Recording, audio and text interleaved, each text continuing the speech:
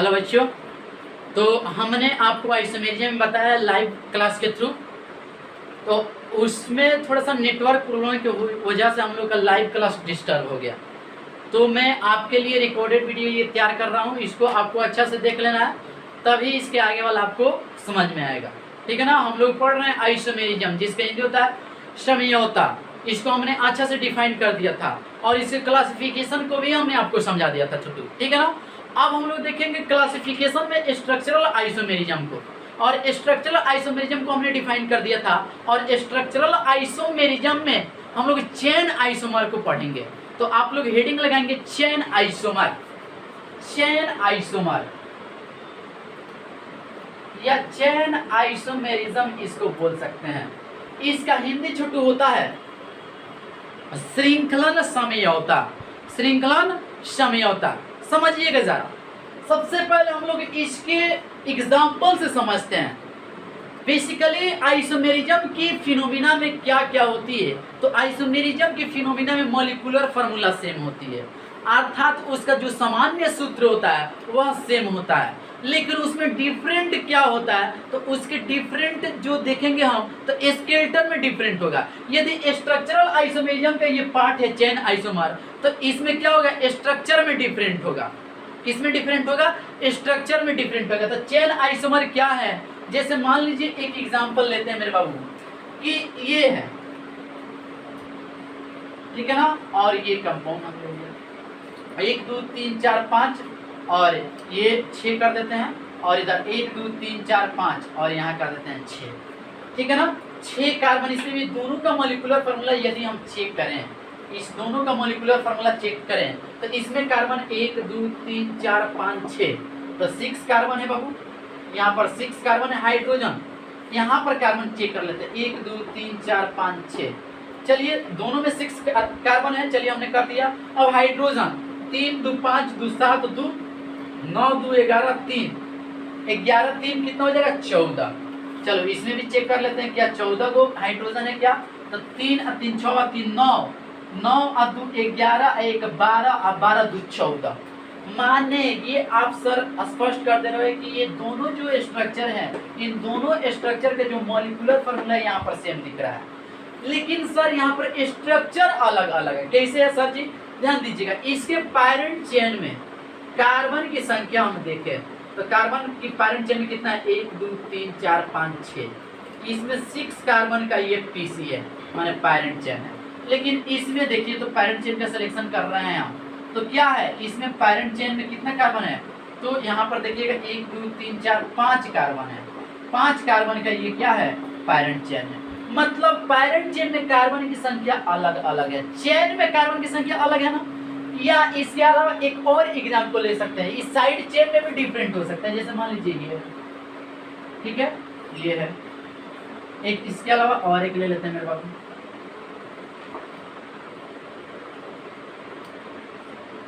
चलो ये कर दिया, या यहीं पर हम कर दे रहे हैं। आप जरा देखिएगा, पैरेंट चेन तो रिंग होगा, इसने भी 5 कार्बन, पैरेंट चेन तो रिंग होगा, इसने भी 5 कार्बन, दोनों कंफ्यूजन नहीं है। लेकिन आप जरा ध्यान से देखिएगा इसके साइड चेन में, इसके साइड चेन में ये जो है 2 कार्बन है। किसमें बाबू, तो साइड चेन में। लेकिन इसके साइड चेन में 1 2 दोनों साइड चेन है। किसी एक साइड चेन को लीजिएगा, इसके साइड चेन में 1 कार्बन है। बात बुझाया क्या। तो आप देख रहे हैं कि सर जी ये साइड चेन हो या पैरेंट चेन हो, यदि इसमें डिफरेंट पाया जाएगा, अलग अलग पाया जाएगा, तब हम कहेंगे कि चेन आइसोमर है। नाम ही क्लियर कर दे रहा है कि चेन आइसोमर क्या है। मॉलिक्यूलर फार्मूला तो सब में सेम होगा, लेकिन डिफर किस में होगा, तो चेन। तो चेन क्या क्या हो सकते हैं, तो पैरेंट चेन हो सकते हैं। चेन क्या हो सकता है, और तो एक साइड चेन हो सकता है। बात बुझे ना। तो साइज, पैरेंट चेन का साइज और साइड चेन का साइड दोनों में कोनों में चेंजिंग दिखाई दे तो वह चेन आइसोमर होगा। दैट मींस यहाँ पर डिफिनीशन तैयार होगा कि चेन आइसोमर क्या है। तो कहिएगा 2 or more compounds, 2 or more compounds having same molecular formula but only differ in, but only differ in, केवल किसमें डिफर होगा, but only differ in size of parent chain, size of parent chain और या size of side chain is called chain isomer and its phenomena is known as chain isomerism. बात समझ में आया क्या? इसको हम लोग डिफाइन कर सकते हैं कि to or more compounds, two or more compounds having same molecular formula, same molecular formula, same molecular formula but differ in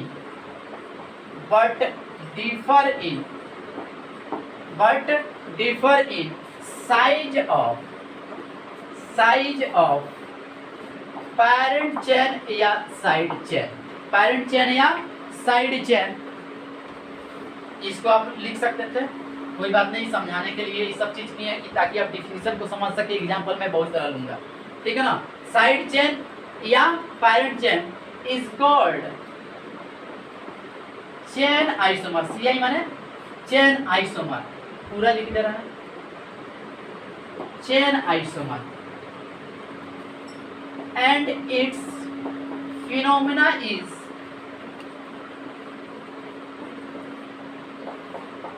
known as chain isomerism, chain isomerism। तो आपको हमने पहले एग्जाम्पल के थ्रू समझाया, जब आप एग्जाम्पल को समझ गए तो फिर हमने डिफिनीशन पर आपको लेकर के गया और हमको लगता है कि आप डिफिनीशन भी 100% समझ गए। आप कहिए सर जी इसका हिंदी में बोल दीजिए, तो मैं हिंदी बोल दे रहा हूँ। हिंदी में क्या लिखिएगा? दो या दो से अधिक यौगिकों, दो या दो से अधिक यौगिकों जिनका अणु सूत्र समान होता है, लेकिन पैरेंट चेन तथा साइड चेन में कार्बन की संख्या में भिन्नता पाई जाती है, या पैरेंट चेन या साइड चेन के आकार में, साइज में भिन्नता पाई जाती है, चेन श्रृंखला समयवी कहलाता है तथा इस घटना को श्रृंखला समयवता कहते हैं। हिंदी में लिख सकते हैं आप, वीडियो को धीरा करके, स्पष्ट ना? तो आप इस डेफिनेशन को लिख सकते हो या इसका शॉर्ट स्क्रीन ले सकते हो। हम बहुत सारे एग्जांपल लेने वाले हैं, स्पष्ट ना? चलिए, तो बहु मेरे यहाँ पर हमने क्या किया दोस्त? तो हमने एग्जांपल को कंसीडर किया चेन आइसोमेरिज्म के लिए। ध्यान दीजिएगा, फर्स्ट एग्जांपल करते हैं हम लोग। जब भी चेन आइसोमर, चेन नाम आ जाए तो साइड चेन और पैरेंट चेन में डिफरेंट देखना है। जब भी चेन आइसोमर आ जाए तो चेन क्या हो सकता है? तो पैरेंट चेन हो सकता है और साइड चेन हो सकता है। चलिए चेक करते हैं, इसके पैरेंट चेन में कितने कार्बन है? तो कहिएगा सर जी 4 कार्बन है। चलिए इसके पैरेंट चेन में कितने कार्बन है? कहिएगा सर जी 3 कार्बन है। तो इसके पैरेंट चेन में चेंजिंग है, इसलिए ये एक दूसरे के चेन आइसोमर है, CI माने चेन आइसोमर। चलिए इसमें देखते हैं, इसके पैरेंट चेन में कार्बन की संख्या देखो कितना? कहिएगा सर 1 2 3 4 5 कार्बन है, यहाँ पर 5 कार्बन है। इसमें दोस्त यहाँ पर 4 कार्बन है, ठीक है ना? ध्यान दीजिएगा, इसमें मॉलिक्यूलर फार्मूला को भी चेक करना है कि कार्बन 1 2 3 4 5 है। इसमें भी कार्बन 1 2 3 4 5 है, खाली सिंगल बॉन्ड का केवल सिंगल बॉन्ड होना चाहिए। तो इसके पैरेंट चेन में 5 कार्बन, इसके पैरेंट चेन में 4 कार्बन। साइड चेन तो इसमें है ही नहीं, तो साइड चेन कंपेयर करने की आवश्यकता नहीं है। तो ये भी पैरेंट चेन में डिफरेंट है, साइज एक बड़ा है, इसका छोटा हो गया। ये 5 कार्बन का लॉन्गेस्ट है, ये 4 कार्बन का तो छोटा हो गया ना, तो ये चेन आइसोमर होगा। चलिए नीचे वाला एग्जाम्पल को करते हैं कि ये एक दूसरे के क्या है, एक दूसरे के ये क्या है। तो इसके पैरेंट चेन में कार्बन 1 2 3 4 5 6, और इसके पैरेंट चेन में 1 2 3 4 5 हो गया ना। अब देखिए एक ये 6, तो इसमें भी 6 कार्बन, इसमें भी टोटल मिला के 6 कार्बन, लेकिन पैरेंट चेन में कितना कार्बन? 5 कार्बन, और इसमें 6 कार्बन। तो पैरेंट चेन में डिफरेंट है, इसलिए ये चेन आइसोमर होगा। ऐसा ही नीचे आ जाइए मेरे भाई, पैरेंट चेन में कितना कार्बन? तो 1 2 3 4 5 6, अब पैरेंट चेन में यहाँ पर भी 1 2 3 4 5 6, पैरेंट चेन में सेम कार्बन। चलिए साइड चेन में कितना कार्बन है? 1 2 3, इसमें भी कितना कार्बन है? 1 2 3। लेकिन ध्यान दीजिएगा, यहाँ से नंबरिंग करते हैं तो 1 2 3, इसका पैरेंट चेन चूंकि कॉम्प्लेक्स है तो 3 गो लगता है। यहाँ पर देखिए 1 2 गो लगता है।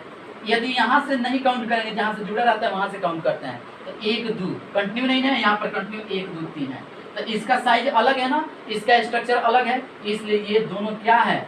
Chain isomer. आप एग्जाम्पल समझ गए हो।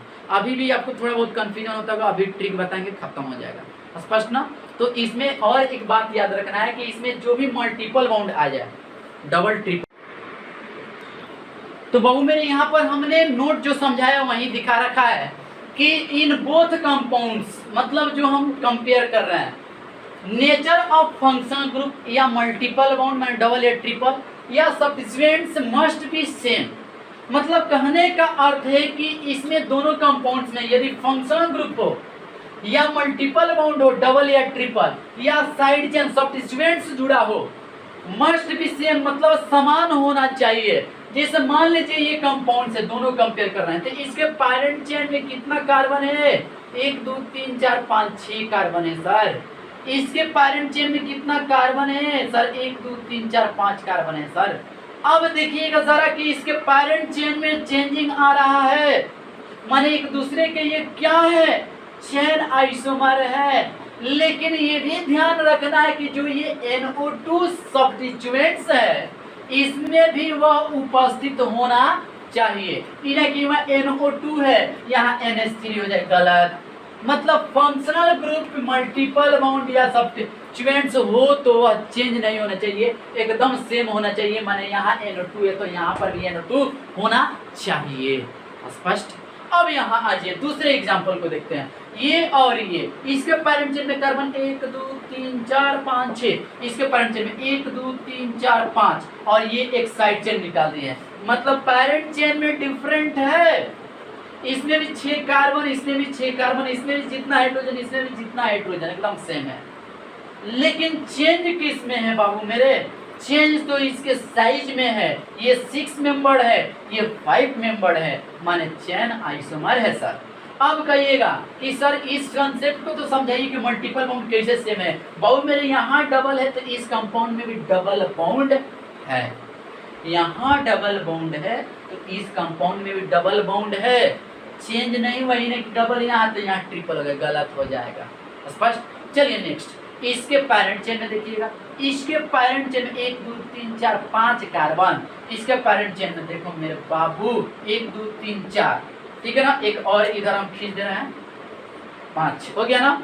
अब देखो इसका में 1 2 3 4 5, इसमें 1 2 3 4, साइड चेन यहाँ निकल गया है तो इसके साइज में चेंजिंग है, माने ये चेन आइसोमर है, कोई शक नहीं है। और ये जो फंक्शनल ग्रुप है OH, इसमें भी OH होना चाहिए। इन्हें कि ये जो OH बना है ईथर हो जाए, गलत हो जाएगा। चेन आइसोमर में फंक्शनल ग्रुप मल्टीपल बॉन्ड जो सब्स्टिट्यूएंट्स होगा कभी चेंज नहीं करेगा। बात बुझा गया?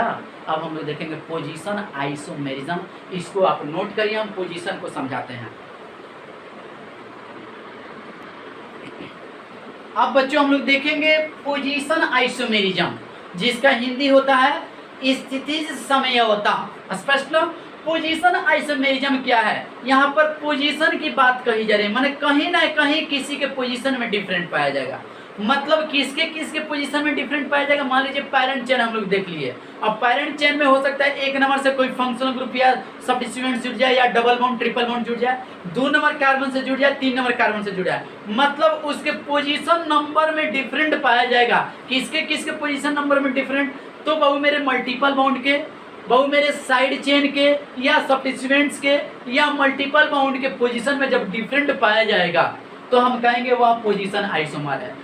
इसमें साइड चेन के साइज और पैरेंट चेन के साइज में कोई चेंजिंग नहीं होना चाहिए। चेंज होगा तो फिर चेन आइसोमर हो जाएगा। उस बात को हमने समझा, तो लिखो यहाँ पर कि सबसे पहले तो आपको पता है कि हम लोग आइसोमेरिज्म में मॉलिक्यूलर फार्मूला सेम, इसमें किसी को कंफ्यूजन नहीं है। 2 or more compounds having molecular formula same. हम डिफिनीशन को सॉर्ट कर रहे हैं, क्योंकि डिफिनीशन आपसे नहीं पूछा जाएगा, ऑब्जेक्टिव क्वेश्चन पूछा जाएगा।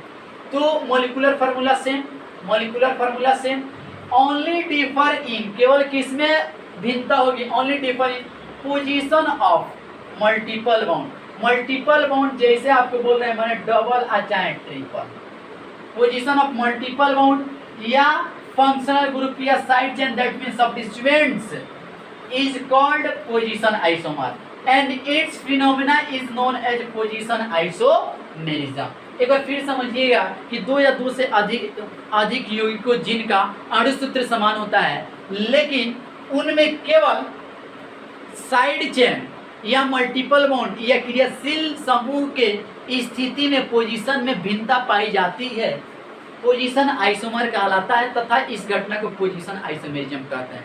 ये आप हिंदी में लिख सकते हो, ठीक है ना। आप समझ गए हो इस डेफिनेशन को। एग्जांपल ले रहे हैं, पोजीशन में फंक्शनल ग्रुप, ठीक है ना, पोजीशन में साइड चेन या सब चेन, पोजीशन में आपका मल्टीपल बाउंड या डबल बाउंड क्या होना चाहिए, अलग अलग पोजीशन होना चाहिए, तब पोजीशन होगा। जैसे एग्जांपल है, जैसे मान लीजिए हमने फर्स्ट एग्जांपल कंसीडर किया, इसमें बताइए ये जो आपको दिख रहा है इसके पेरेंट चेन में कितने कार्बन है, 1 2 3 4 5, इसके पेरेंट चेन में भी 1 2 3 4 5, माने पेरेंट चेन के कार्बन में कोई चेंजिंग नहीं हो रहा है, स्पष्ट ना। अब जरा देखिएगा इसका नोमेनक्लेचर के लिए जब नंबरिंग करते हैं तो नंबरिंग यहाँ से कर सकते हैं या यहाँ से करते हैं, तो 1 2 3 और ये 4 ये 5, इसमें नंबरिंग करेंगे यहीं से 1 2 3 4 5। तो डबल बाउंड का पोजीशन तो 1 और 2 पर है, ठीक है सर, 1 और 2 पर है, लेकिन जो ये साइड चेन वहाँ है, ये जो साइड चेन है यहाँ पर ये 4 नंबर पर है, यहाँ पर ये 3 नंबर पर है। तो साइड चेन में चेंजिंग होना चाहिए, देखो साइड चेन में चेंजिंग हो, डिफर हो, साइड चेन या फंक्शनल ग्रुप या बहु सब्स्टिट्यूएंट्स, ठीक है ना, वही मल्टीपल बाउंड, स्पष्ट ना। तो इसमें चेंज है किसमें, तो साइड चेन में चेंजिंग है, एससी में चेंजिंग है, तो इसको हम लोग पोजीशन आइसोमर बोलेंगे, स्पष्ट। इसमें आ जाइए, इसमें भी आप काउंट करिए कार्बन, तो 1 2 3 4 5 6, इसमें 1 2 3 4 5 6, ठीक है ना। नंबरिंग करिएगा डबल बाउंड जिधर से नजदीक पड़े यहाँ से करिएगा, 1 2 3 4 5 6, यहाँ से करो 1 2 3 4 5 6। आप जरा बताइए यहाँ पर तो कहीं साइड चेन है, यहाँ पर आप ध्यान से देखिएगा तो मल्टीपल बाउंड है, यहाँ पर ध्यान से देखिएगा तो डबल बाउंड है। तो डबल बाउंड भी चेंज नहीं करना चाहिए, डबल बाउंड इसमें भी होना चाहिए, इसमें भी होना चाहिए। अब बताओ जरा डबल बाउंड का पोजीशन इसमें 2 और 3 पर है और इसमें 3 और 4 पर, तो बताओ यहाँ पर 2 3 पोजीशन पर है, यहाँ पर 3 4 पर है, सेम है कि अलग अलग है, अलग अलग है ना, माने अलग अलग है, तो पोजीशन आइसोमेरिज्म बुझा गया क्या। इसमें आ जाइए जरा, इसमें आ जाओ मेरे भाई। आपको अभी भी कंफ्यूजन होगा कि सर कैसे पहचानेंगे कि ये चेन है, कैसे पहचानेंगे कि पोजीशन है, अभी हम ट्रिक बताएंगे, पेशेंस रखिए, थोड़ा सा ध्यान दीजिएगा। जैसे मेरे दोस्त ये है, इसमें भी हम सेलेक्ट कर लेते हैं, इसमें कार्बन 1 2 नंबरिंग कर दो जिधर से फंक्शनल ग्रुप नजदीक पढ़ लो, 1 2 3 4 5 6, ठीक है ना। यहाँ पर नंबरिंग उधर से करोगे जिधर से फंक्शनल ग्रुप नजदीक पड़े, इधर से 1 2 3, इधर से 1 2 3 4, नंबरिंग यहाँ से करेंगे 1 2 3 4 5 6।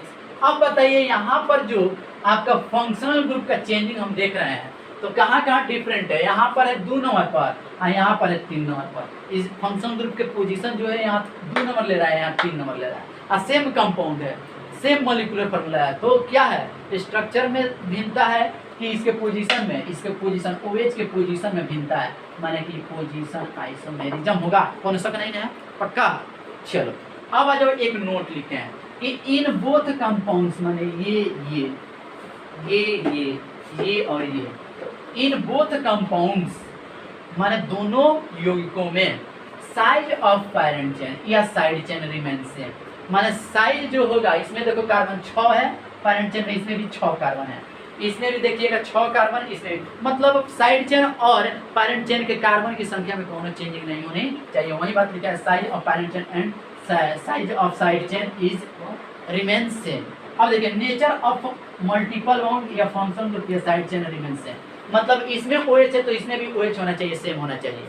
यहाँ पर डबल बाउंड है तो यहाँ पर भी डबल बाउंड होना चाहिए, यहाँ पर साइड चेन है तो इसमें भी साइड चेन होना चाहिए, तब कहेंगे कि पोजीशन है। ये मस्ट बी रिमेंबर, ये बड़ा इंपॉर्टेंट पॉइंट्स है। अब हम आपको ट्रिक बताएंगे और कुछ क्वेश्चन देंगे, सिखाएंगे आपको कि कैसे करना है क्वेश्चन को, इसको आप नोट करिए। और ट्रिक क्या है, तो SS number, Suryabhan sir number, इसके माध्यम से XY का मान निकलेगा, फटाफट गणित लगाइएगा आंसर, ठीक है ना। लिखिए इसको। तो बहु मेरे यहाँ पर हम आपको ट्रिक बताने जा रहे हैं, ट्रिक्स फॉर CI माने चेन आइसोमर एंड PI माने पोजीशन आइसोमर। अब वो क्या होता है ट्रिक सर जी बता तो दीजिए।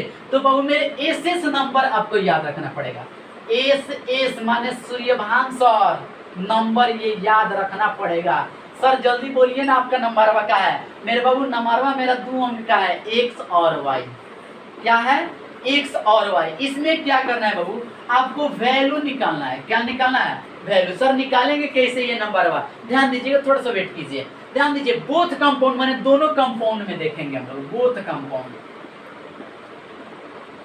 ठीक है ना। यदि एक्स वाई, क्या बाबू, यदि एक्स वाई का मान सेम आ जाए, यदि एक्स वाई का मान सेम आ जाए तो वो होगा मेरे बाबू, क्या होगा सर जी, पोजीशन आइसोमर।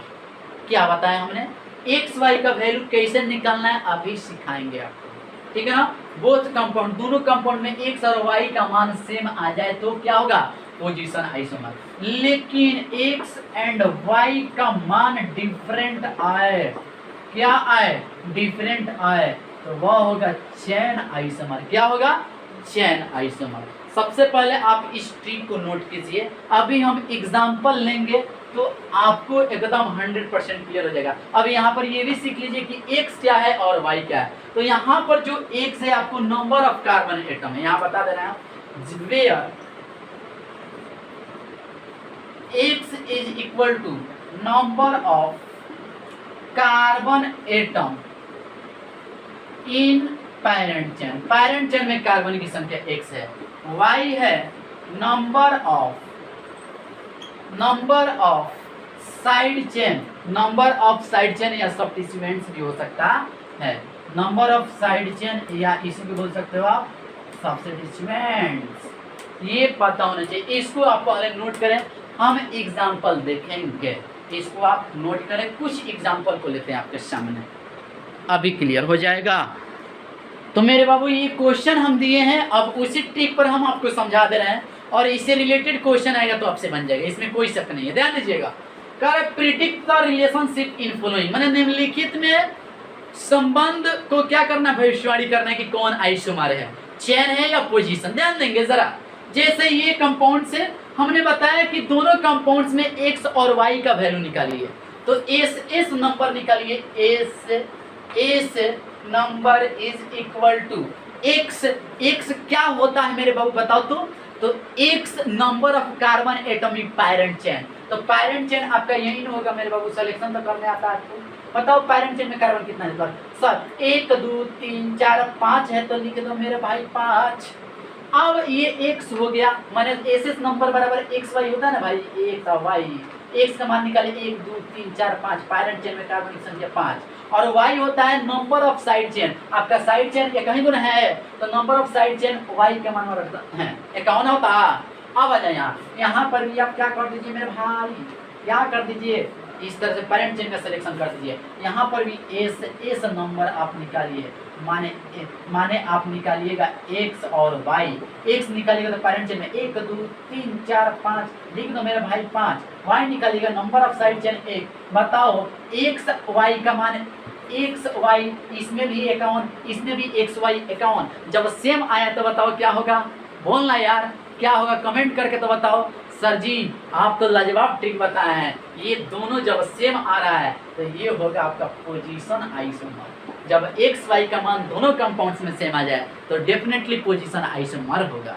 बात बुझाए कि आपको, आप डेफिनेशन पर जाइए, आप चेन पोजीशन के आइसोमर के डेफिनेशन पर जाइए, समझिए और मिलाइए इस ट्रिक को, आपको डेफिनेटली समझ में आ जाएगा। स्पष्ट देखिए यहाँ पर भी आप चेक करिए, सर जी चलिए इसे यहाँ पर भी एक्स वाई हम निकाल लेते हैं, यहाँ पर यदि हम एक्स वाई निकालते हैं तो ये आपका पैरेंट चेन होगा, ये आपका पैरेंट चेन होगा मेरे दोस्त। तो कहिएगा सर इसमें पैरेंट चेन में 1 2 3 4 5 6 और साइड चेन 1 2 तो 2 लिख दो, इन्हें कि एक गलत हो जाएगा, 1 2 है तो 2 लिखेंगे, यहाँ पर भी 6 1 2 3 4 5 6 और एक साइड चेन, तो बताओ एक्स वाई के मान निकाल रहे हैं तो 61 एगो 62 61 62, बताओ सेम आ रहा है कि डिफरेंट, कहिएगा सर अलग अलग है डिफरेंट है, तो क्या कहिएगा, क्या कहिएगा पोजीशन की चेन, कहिएगा सर चेन कहेंगे, क्या कहेंगे, this is chain isomer of each other, ये एक दूसरे के चेन आइसोमर हैं। स्पष्ट, चलिए यहाँ पर आ जाइए, बहुत सारा मेडिकल का एग्जाम में, जेई के एग्जाम में खूब पूछता है ये क्वेश्चन। आ जाओ यहाँ पर मेरे दोस्त, यहाँ पर भी यदि आप मिलाइएगा मेरे फ्रेंड तो आपका 6 कार्बन है 6, और इसमें एक साइड चेन लो, इसमें भी 6 कार्बन एक साइड चेन 61, तो आप कहिएगा सर यहाँ पर ये दोनों सेम अंक आ रहा है, पोजीशन आइसोमर चेन तो बनाए, जो कि एकदम गलत है। आप कहिए कि अब क्या हो गया सर, ट्रिक फेल हो गया, गधो ट्रिक ये फेल नहीं हुआ है, ये दोनों कंपाउंड तो सेम है, इसमें भी 6 कार्बन, इसमें से 6 कार्बन, इसमें भी साइड चेन एक, इसमें भी साइड चेन एक मिथाइल, इसका आईपीसी नेम दोनों का सेम आएगा। हमने बताया कि स्ट्रक्चरल आइसोमेरिज्म में आईपीसी नेम सेम नहीं होता है, आईपीसी नेम अलग अलग होता है, इसको भी आपको फोकस करना पड़ेगा। यहाँ पर इसका यदि नंबरिंग करते हैं, नंबरिंग कर ले मेरे दोस्त, साइड चेन का पोजीशन हम देखेंगे, यहाँ से नंबरिंग करेंगे 1 2 3 4 5 6, यहाँ से इस यदि इसका आईपीसी नाम लिखेंगे, नंबरिंग करेंगे तो 1 2 3 4 5 6, साइड चेन एक नंबर, साइड चेन एक नंबर, दोनों का पोजीशन सेम है तो पोजीशन आइसोमर होगा। पोजीशन होने के लिए तो क्या होना चाहिए, साइड चेन का पोजीशन अलग अलग होना चाहिए, जबकि इस कंपाउंड में एक नंबर पर यहाँ पर साइड चेन है, इसमें भी एक नंबर पर साइड चेन है, इसलिए पोजीशन आइसोमर नहीं होगा और चेन आइसोमर नहीं होगा। एकदम ही दोनों कंपाउंड सेम है, क्यों सेम है, दोनों का आईपीसी नेम एकदम सेम आएगा। बताओ इसका नाम लिखेंगे तो आईपीसी नेम सेम आएगा, यहाँ पर इथाइल है, यहाँ पर डाइमिथाइल है, अलग अलग आएगा। जिसका आईपीसी नेम सेम आ गया वह स्ट्रक्चरल आइसोमेरिज्म नहीं होगा, वह आइडेंटिकल होगा। क्या होगा, आइडेंटिकल। दोनों का रिलेशन क्या है, ये दोनों बेचारा सेम है, दोनों बेचारा का है, सेम है। स्पष्ट ना, कंफ्यूजन है, ये फोकस रहेगा ना, ध्यान रहेगा ना, पक्का। चल इस क्वेश्चन को बनाओ तो जरा, इस क्वेश्चन को बनाओ, इस क्वेश्चन को बना लेगा भाई। इसमें भी आप निकाल, दिखाई दे रहा है सब, इसमें भी आप अच्छा से निकाल लीजिए, काउंट कर लो भाई। यहाँ पर 1 2 3 4 5 6 7 8, ठीक है ना, 8 है। ये यहाँ कार्बन नहीं है चूंकि 3D में है, तो 8 माने 8, एक साइड चेन है तो 81, इसमें देखो तो 8 है ये, साइड चेन 1 2 माने 82, दोनों अलग अलग नंबर आ रहा है, तो ये एक दूसरे के क्या है, चेन आइसोमर है।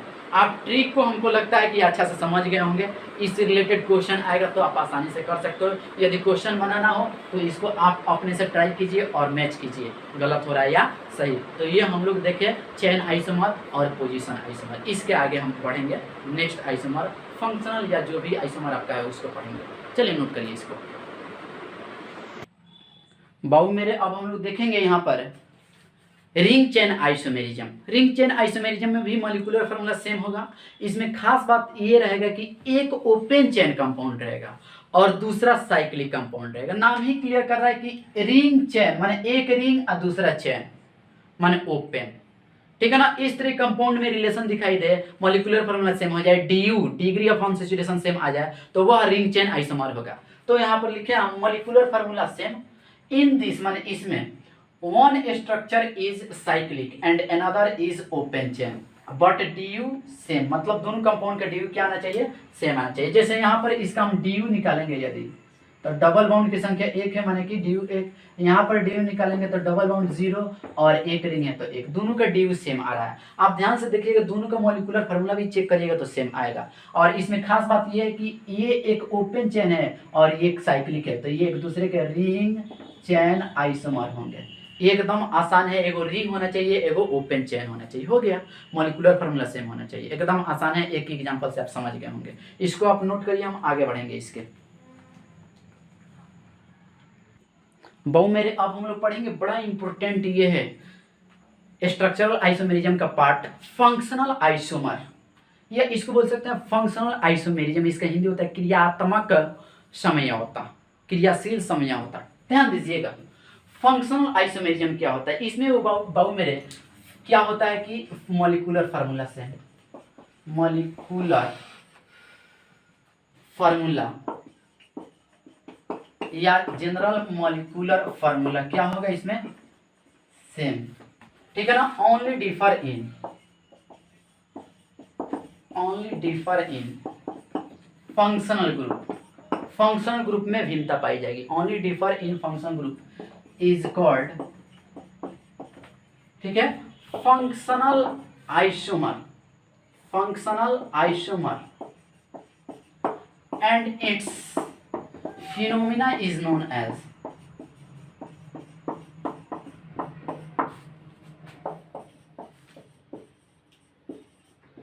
Functional isomerism, functional isomerism.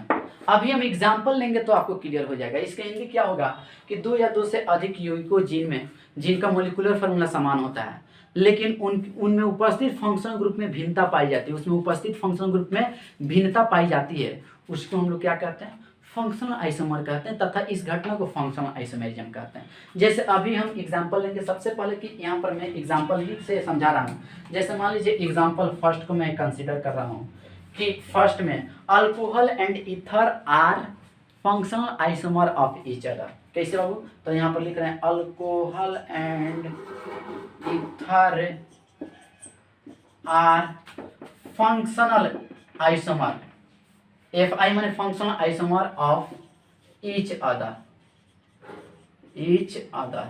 अब ध्यान देंगे जरा, अल्कोहल और ईथर एक दूसरे के फंक्शनल आइसोमर होते हैं। कैसे, जैसे मान लीजिए हमारे पास CH3, ठीक है ना, CH2OH, ठीक है ना, इसी में ले लेते हैं, इसका ईथर बनाते हैं CH3OCH3। आप जरा इसको कंपेयर करिएगा, तो ये दोनों में फार्मूला हम लोग चेक करेंगे, तो 2 कार्बन, इसमें भी 2 कार्बन, तो C2, हाइड्रोजन 3 3 और 3 6, और उसमें 3 3 6, ऑक्सीजन 1 ऑक्सीजन 1, मतलब इनमें मॉलिक्यूलर फार्मूला सेम है।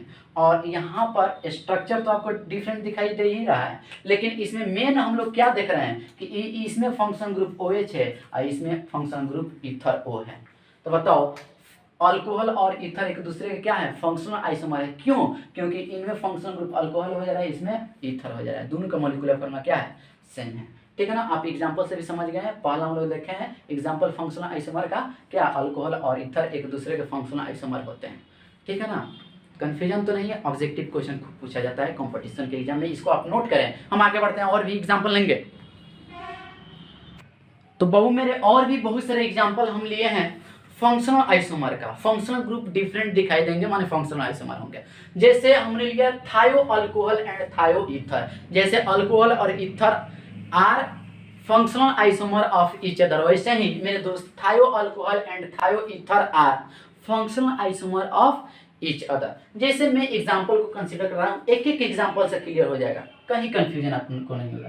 जैसे CH3 CH2SH, ये है थायो अल्कोहल, एंड इसको हम थायो ईथर बनाएंगे CH3SCH3 थायो ईथर। ये एक दूसरे के क्या है, तो फंक्शनल आइसोमर है, क्योंकि इसका मॉलिक्यूलर फार्मूला क्या है, सेम है, और फंक्शनल ग्रुप डिफरेंट है। ये थायो अल्कोहल है, ये ईथर थायो ईथर है, इसलिए बुझाया क्या आपको।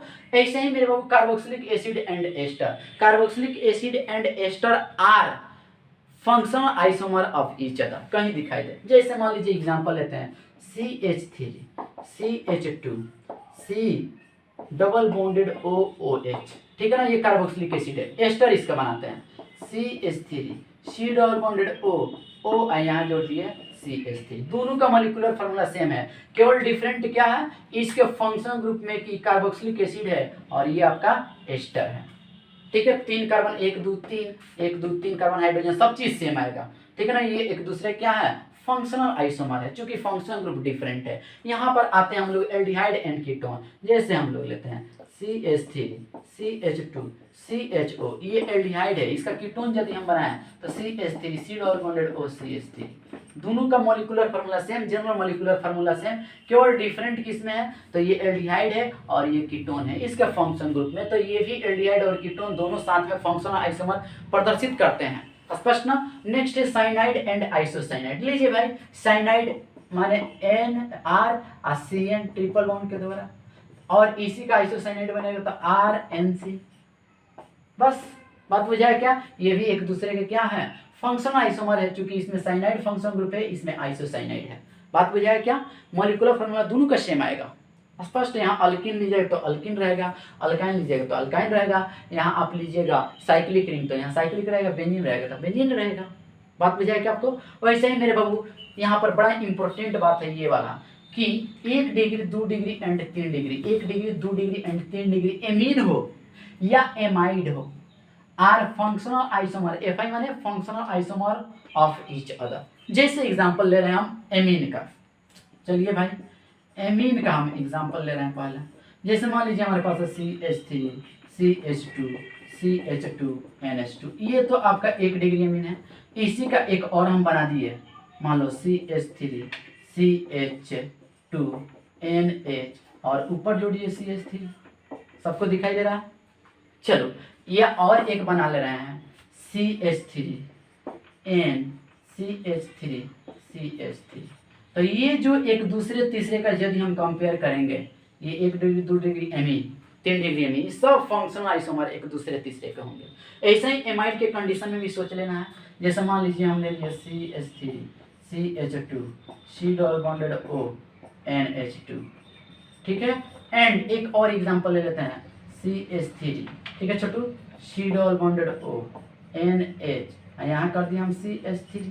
तो ये दोनों में कंपेयर करेंगे तो ये दोनों तो एमाइड है, इसमें भी एमीन है, एमीन चेंज नहीं कर रहा है, फंक्शन ग्रुप चेंज नहीं कर रहा है, लेकिन डिग्री इसका चेंज करेगा तो फंक्शनल आइसोमर होता है। यह ध्यान रहे, बड़ा इंपॉर्टेंट, ये लॉजिकल है, ठीक है ना, डिफिनीशन का विरोध करता है।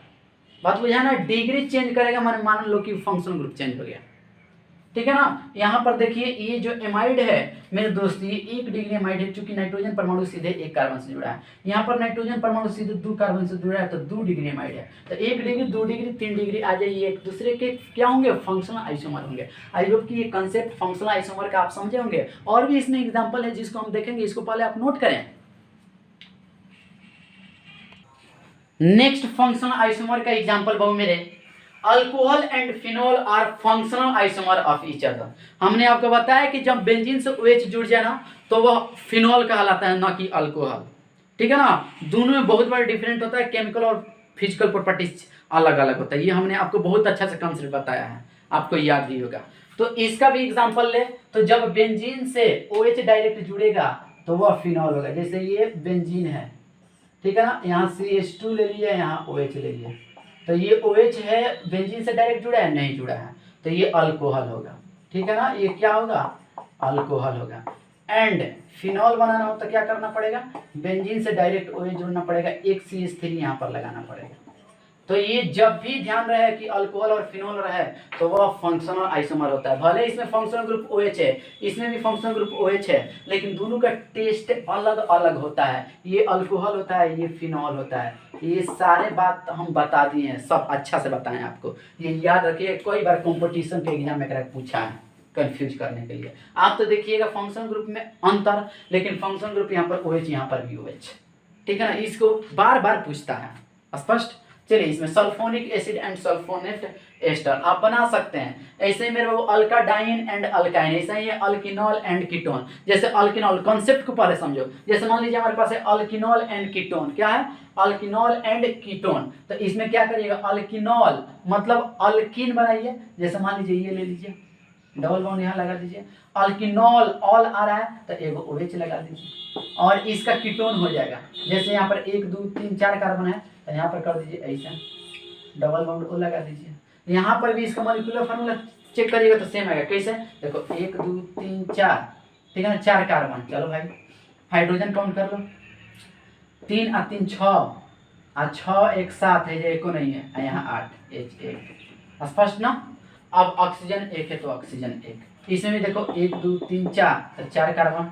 चलो हाइड्रोजन 3 और 2 5 और 3 8, और यहाँ पर तो है नहीं 8, ऑक्सीजन 1 तो ऑक्सीजन 1। तो अल्किनॉल एंड कीटोन भी क्या हो सकते हैं, एक दूसरे के फंक्शनल आइसोमर हो सकते हैं। अब आपको मॉलिक्यूलर फार्मूला चेक करना है, स्पष्ट ना, इस तरह से आप बना सकते हैं। ऐसे ही मेरे भाई है अल्काडाइन एंड अल्काइन। अल्काडाइन मतलब 2 गो डबल बॉन्ड। जैसे मान लीजिए एग्जांपल ले रहे हैं हम कि ऐसे यहाँ लगा दीजिए, यहाँ लगा दीजिए, तो बताओ यहाँ पर डबल बॉन्ड 1, यहाँ पर डबल बॉन्ड 1, DU निकालेंगे तो 2 आएगा। एंड इसी को हम ले ले 1 2 3 4 5 कार्बन, तो 1 2 3 4 5, यहाँ ट्रिपल बॉन्ड लगा दें, चाहे अंत में ट्रिपल बॉन्ड लगा दें, तो ये एक दूसरे के फंक्शनल आइसोमर होंगे। कैसे, ध्यान दीजिएगा, इसका मॉलिक्यूलर फार्मूला चेक कर लेते हैं।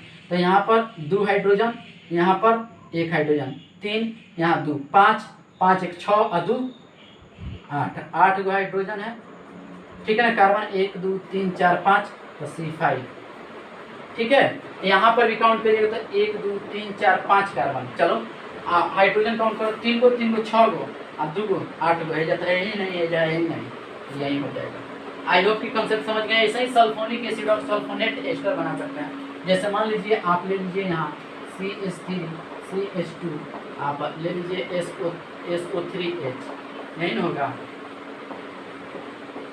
ठीक है ना। एंड इस यहाँ से हटा दीजिए CH3, ठीक है ना, C double bonded S double bonded O, यहाँ O लगा के यहाँ CH3 लगा दीजिए। दोनों का चेक करिएगा तो आप मोलिकुलर फार्मूला सेम पाइएगा। तो इसको हम लोग सल्फोनिक एसिड, ये सल्फोनेट एस्टर हो जाएगा। जैसे कार्बोक्सिलिक एसिड एस्टर बना था वैसे ही ये भी होता है। तो ये फंक्शन ग्रुप का कॉन्सेप्ट अच्छा से समझ गए हैं, किसी को कहीं दिक्कत नहीं है, इसको आप नोट करें पहले। तो बाबू मेरे, हमने आपको आज स्ट्रक्चरल आइसोमेरिज्म में क्या क्या पढ़ाया उसको अच्छा से आपको कंप्लीट करना है। सबसे पहले हम लोग आइसोमेरिज्म स्टार्ट किए थे लाइव क्लास के थ्रू, जिसमें हम आपको आइसोमेरिज्म का डिफिनीशन, उसका क्लासिफिकेशन अच्छा से हमने कर लिया था। और इस वीडियो में हमने आपको बताया है क्या, तो चेन आइसोमर, पोजीशन आइसोमर और फंक्शनल आइसोमर और रिंग चेन आइसोमर के भी हमने कवर किया है। इसमें बहुत सारे एग्जाम्पल को हमने देखा है, ठीक है ना। तो लगभग आपका ये स्ट्रक्चरल आइसोमेरिज्म खत्म हो गया है। इसमें बच गया हमारा छोटा सा एक मेटामेरिज्म, मेटामर और टोटोमर। टोटोमर हमको तब समझ में आएगा जब हम जीओसी का नॉलेज रखेंगे, ठीक है ना, रेजोनेंस का नॉलेज रखेंगे, तब अनुनाद सीख जाएंगे, तब टोटोमेरिज्म समझ में आएगा। क्लियर ना। तो इसके आगे हम लोग नेक्स्ट लेक्चर में मिलेंगे। धन्यवाद।